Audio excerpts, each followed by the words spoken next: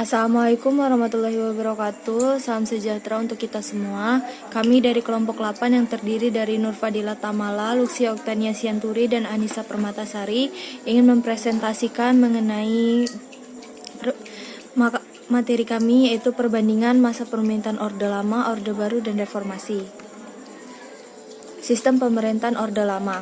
Masa Orde Lama yaitu masa pemerintahan yang dimulai dari proklamasi kemerdekaan 17 Agustus 1945 sampai masa terjadinya G30 SPKI.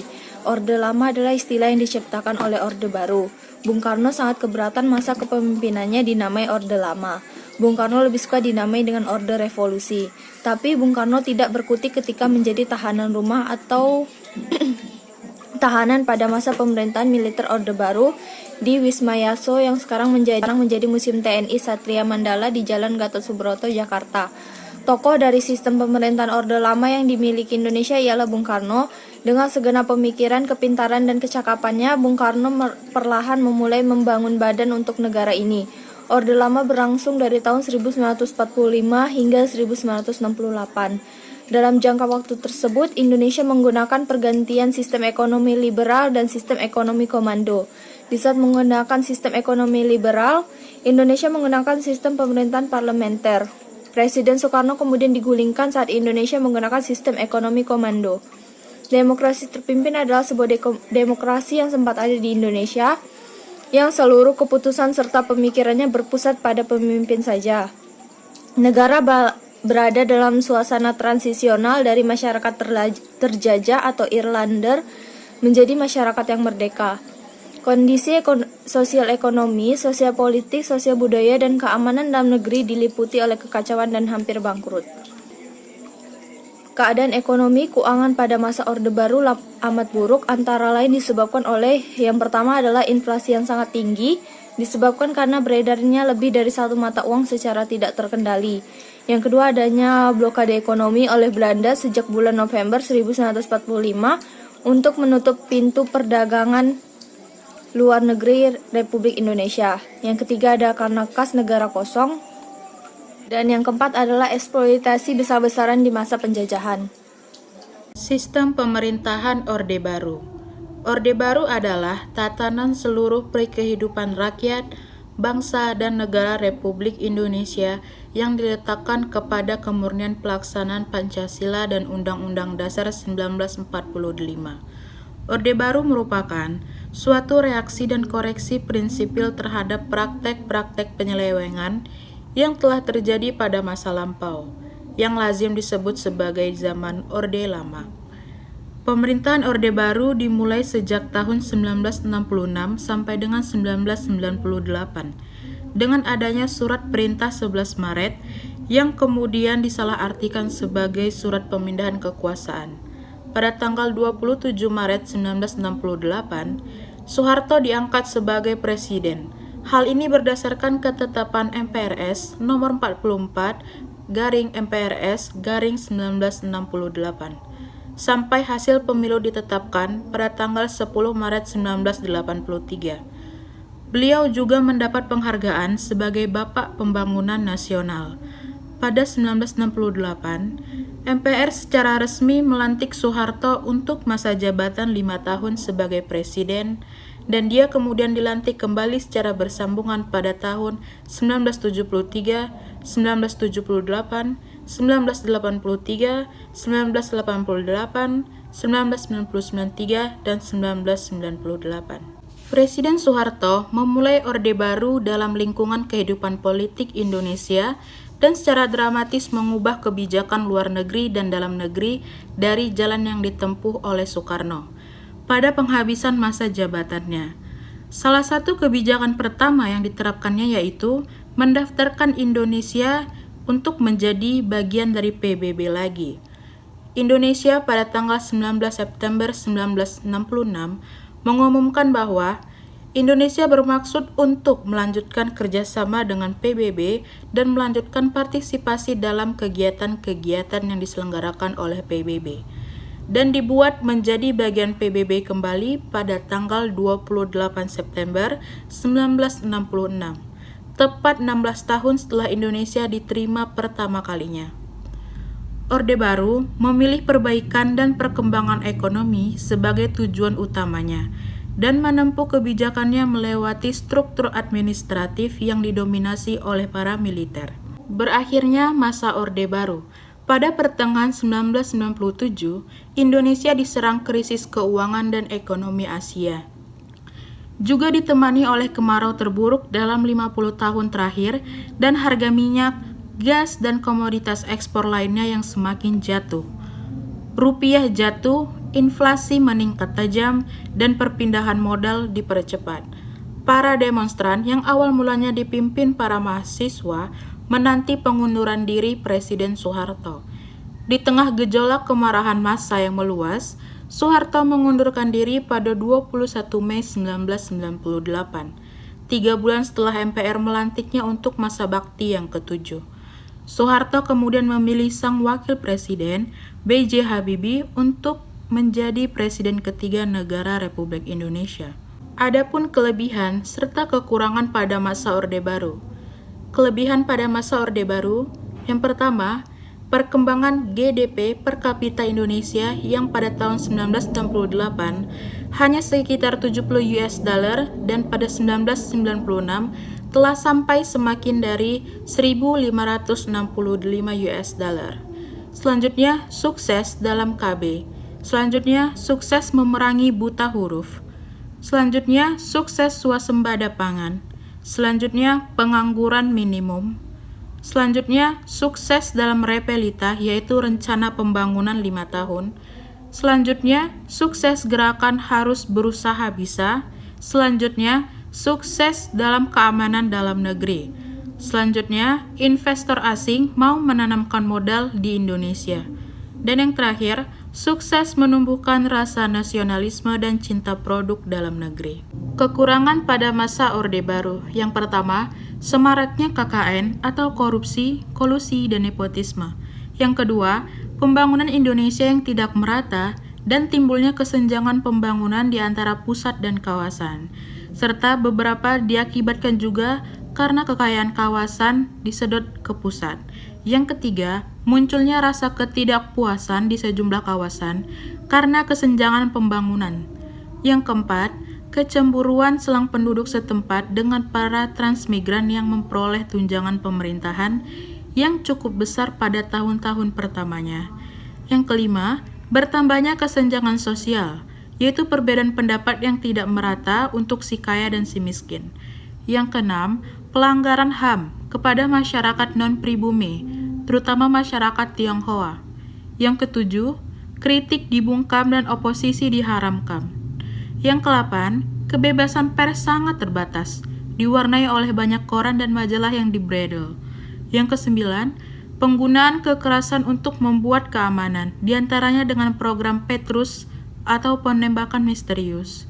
Selanjutnya, tidak mempunyai rencana suksesi atau penurunan kekuasaan kepemerintahan.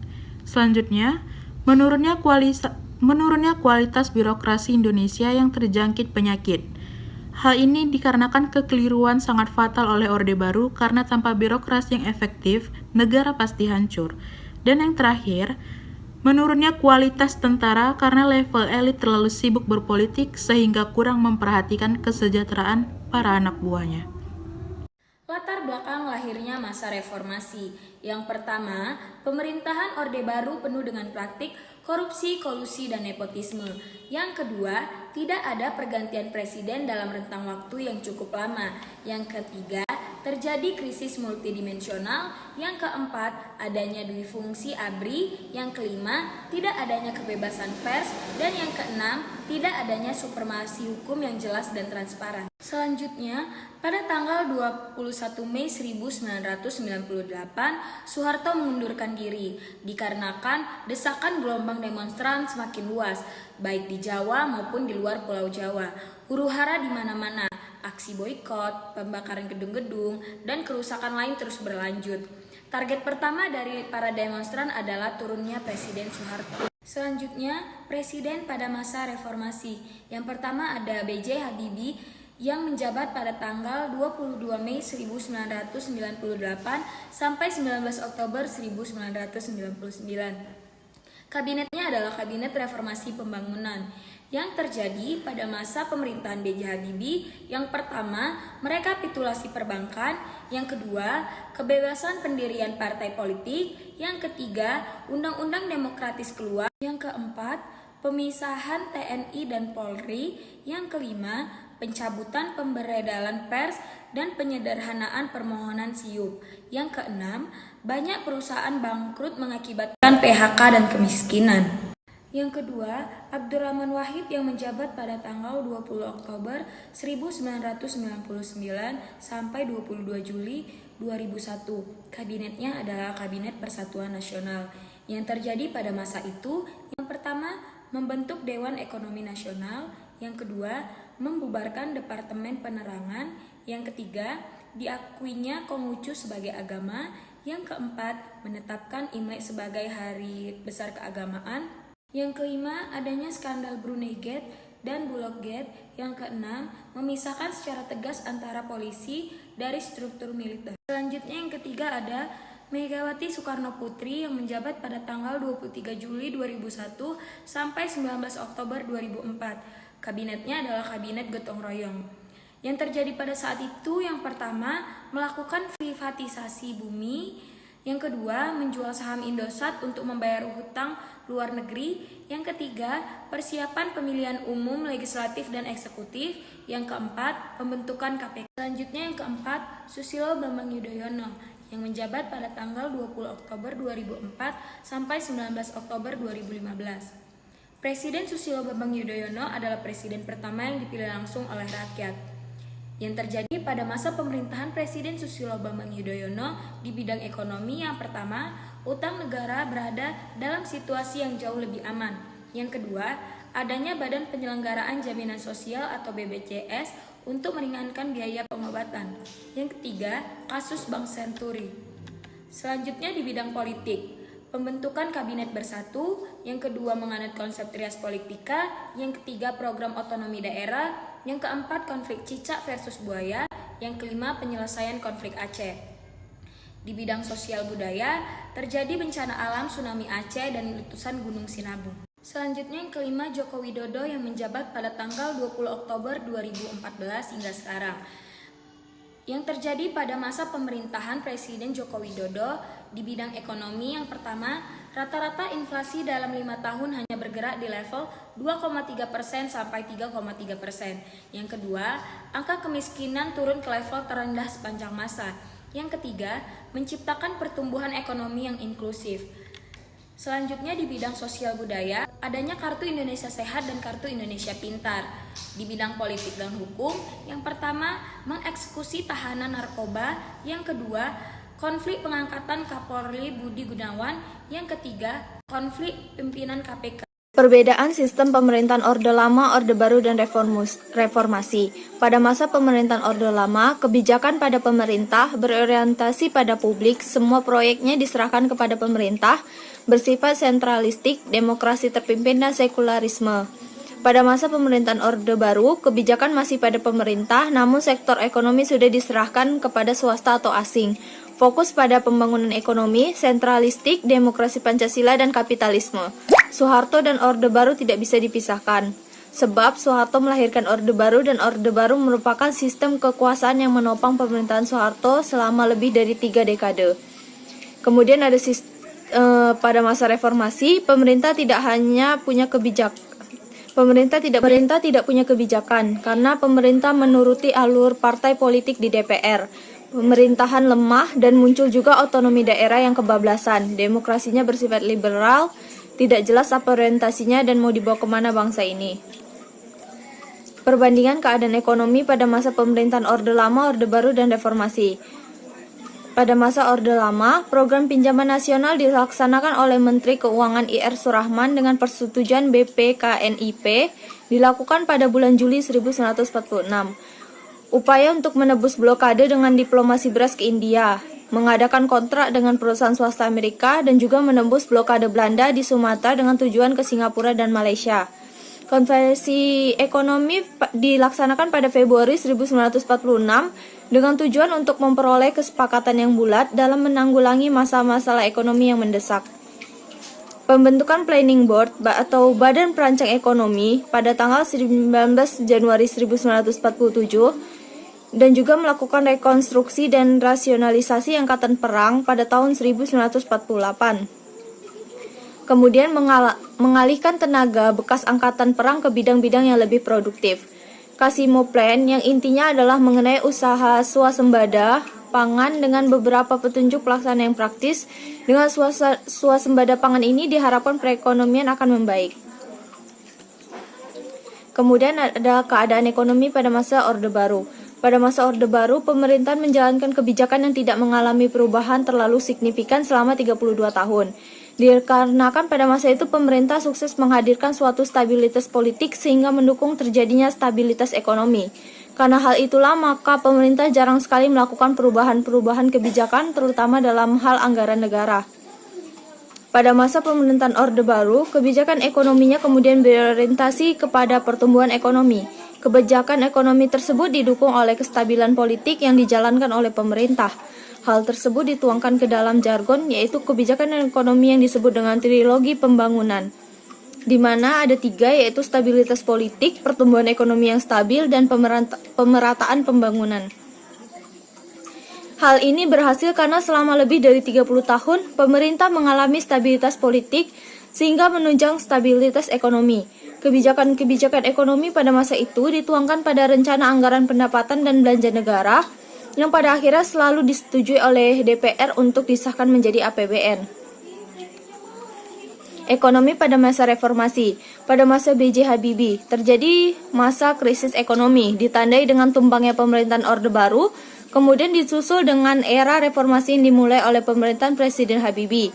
Pada masa ini tidak hanya hal ketatanegaraan yang mengalami perubahan, namun juga kebijakan ekonomi, sehingga apa yang telah stabil dijalankan selama 32 tahun, terpaksa mengalami perubahan guna menyesuaikan dengan keadaan. Pada masa pemerintahan Presiden Abdurrahman Wahid, belum ada tindakan yang cukup berarti untuk menyelamatkan negara dari keterpurukan. Padahal ada berbagai persoalan ekonomi yang diwariskan Orde Baru harus dihadapi, antara lain adalah KKN, pemulihan ekonomi, kinerja BUMN, pengendalian inflasi, dan mempertahankan kurs rupiah. Malah Presiden terlibat skandal Burginet yang menjatuhkan kredibilitasnya di mata masyarakat. Pada masa pemerintahan Presiden Megawati, masa kepemimpinan Megawati Soekarno Putri mengalami masa-masa yang mendesak untuk dipecahkan, adalah pemulihan ekonomi dan penegakan hukum. Pada masa pemerintahan Susilo Bambang Yudhoyono, pada masa pemerintahan Presiden SBY terdapat kebijakan kontroversial yaitu mengurangi subsidi BBM atau dengan kata lain menaikkan harga BBM. Kebijakan ini dilatar belakangi oleh naiknya harga minyak dunia. Anggaran subsidi BBM dialihkan ke subsidi sektor pendidikan dan kesehatan, serta bidang-bidang yang mendukung peningkatan kesejahteraan masyarakat. Pada masa pemerintahan Joko Widodo. Pada masa pemerintahan Joko Widodo dikenal dengan paket kebijakan ekonomi di mana dibuat 3 langkah paket kebijakan. Yang pertama adalah mendorong daya saing industri nasional, yang kedua mempercepat proyek strategis nasional, dan yang terakhir adalah meningkatkan investasi di sektor properti. Selanjutnya adalah perbedaan kehidupan sosial pada masa Orde Lama, Orde Baru, dan Reformasi. Pada masa Orde Lama, pada pemerintahan sistem politik Orde Lama, masyarakat masih belum memiliki kesadaran untuk berpolitik. Hal tersebut disebabkan rendahnya tingkat pendidikan dan pengetahuan seseorang, sehingga pemahaman dan kesadaran mereka terhadap politik masih sangat kecil atau tidak ada sama sekali terhadap politik. Kelompok ini akan ditemukan di berbagai lapisan masyarakat. Di sini, sistem politik masih bersifat tradisional dan sederhana dengan ciri khas spesialisasi masih sangat kecil. Pada masa pemerintahan Orde Baru, di akhir Orde Baru, kita seakan dibuat benci oleh Presiden Soeharto yang telah lama menjadi penguasa dan banyak membangun bangsa ini dengan anggapan bahwa ia telah melakukan praktek korupsi